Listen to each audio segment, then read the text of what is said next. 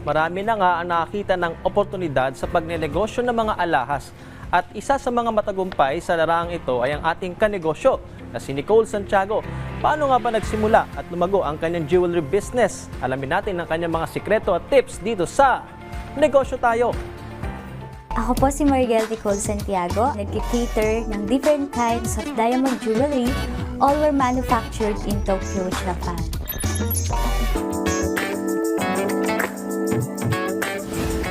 Usually talaga bumibili lang ako ng alahas for my personal use. And then, madali kasi ako magsawa. Noong 2018, yung mga nagamit kong jewelry, I posted it sa Facebook Marketplace. And then, nabili siya lahat. And then, I come up with the idea na, uy, maganda pala siyang negosyo. Kasi, mabilis mabenta. Marami rin talagang mahilig sa alahas. We have actually everything na kailangan nyo. Starting from necklace, earrings, ring, bracelet, bangle, customized pendants. I'm a certified public accountant po. Before, I was a senior tax auditor, and then I transferred to a private company. After that, I quit yung job ko to focus on my business. Actually, sobrang hirap. Kasi pag nagwo-work ka, ang mindset natin, complacent tayo na meron tayong fixed salary every month. Hindi ka nangangamba kung meron ka bang income or wala. Kasi nga, meron kang fixed salary. So, very torn ako kung ikikip ko yung job ko or magpo-focus ako sa business ko.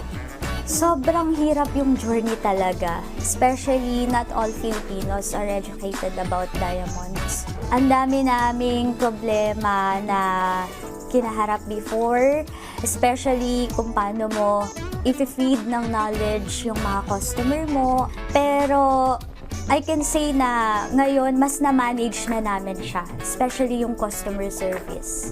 Pag meron silang doubt, meron kaming diamond tester. Actually, isa yan sa mga ininvestan ko Medyo pricey, pero kasi kailangan siya sa business. Sinetest namin yun right away.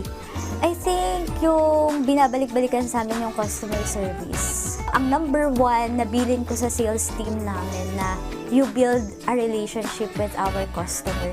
We're planning kasi na mag-open ng mall branch. So, we're working on it sa mga papers, requirements. So, because of this business, talagang nagagawa akong makapag-travel to different countries. Vacation lang, hindi for business purposes, pero na-enjoy ko yung pinagpaguran ko. And I also help my family. Yun yung isang kagandahan na natutulungan ko yung pamilya ko.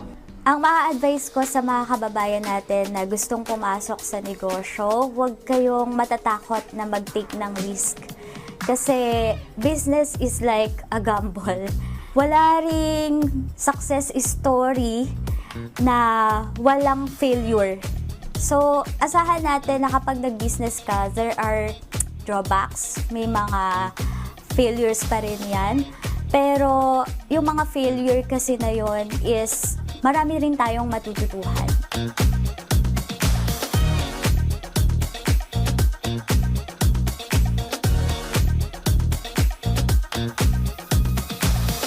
Sa lahat ng gustong magnegosyo, I encourage you to take a step, have courage na umpisahan ang negosyo na balak nyo, at higit sa lahat, make God as the center of your business. Kaya naman, tara! Negosyo tayo!